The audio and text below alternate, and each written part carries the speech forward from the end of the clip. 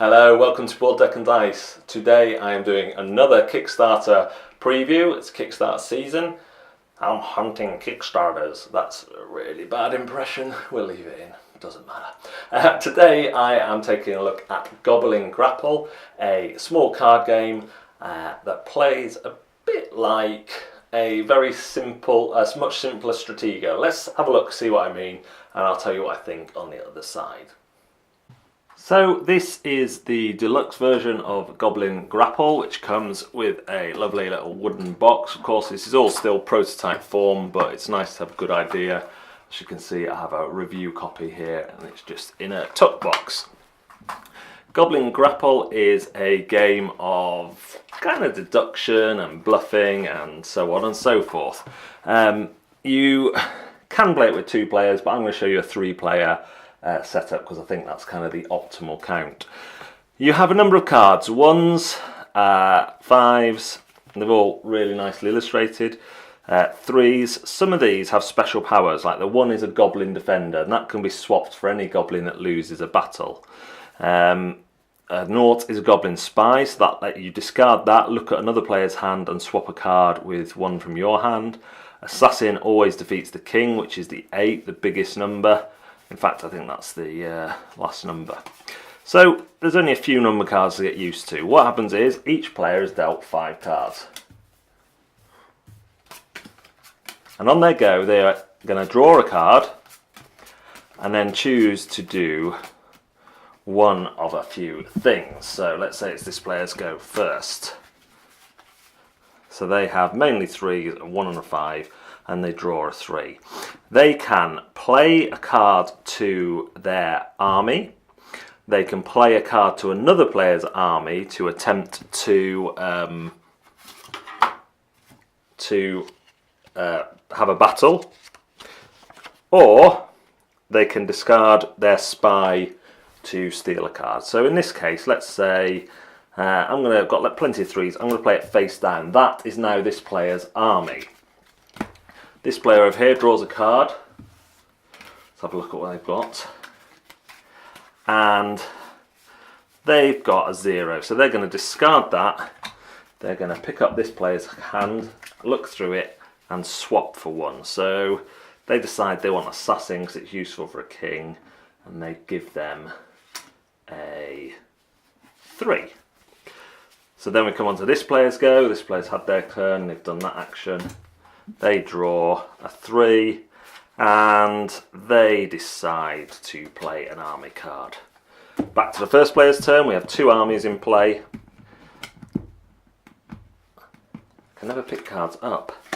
So we draw a card here and we are going to attack this goblin here with our 5, which is the second highest number after 8. So we turn over the attacker's card and there is a 3, so the 5 beats the 3, and this comes down and becomes the first player's garrison. In a garrison, whenever someone gets to 21 points, you end the round, you count up the numbers from the garrison and the army, and that becomes your score. First player to 100 is the winner. Now, let's say that we have a situation where this player has their card down here, the garrison's down here. The garrison can't be interfered with once it's done, and this player plays a 3.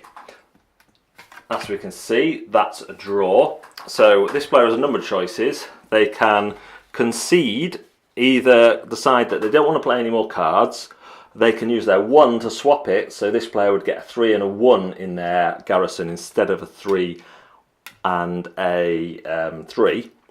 Or they can play another card face down and throw it back at the attacker. The attacker then, another card, face down. The attacker then chooses to play another card. They can only play a 3, and it's revealed, and it's another draw. So at this point, this player would play a card face down, and this player would decide, do I want to take this on? I'm losing cards all the time. And they decide not to take it on. Then this player would take all the cards into their garrison. So it's about choosing when to withdraw strategically with that. You play through a number of rounds until one player has 100 points or a defined amount that you would like to play to. That is Goblin Grapple. Here we are on the other side. Never know what that means. What do I think of Goblin Grapple? Well, I was pleasantly surprised by this one. It's very good quality for a prototype copy, for a review copy. The artwork is really good. And for a game with relatively few different types of cards, there's an awful lot of bluffing and strategy that goes back and forth.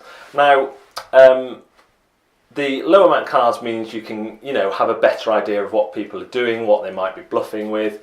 I think there's a good amount of cards in there.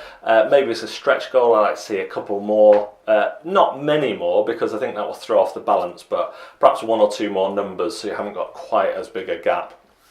But I'm sure they've been testing that, and there is a reason for this being like it is. Having said that, the game is really, really enjoyable, especially at 3 players.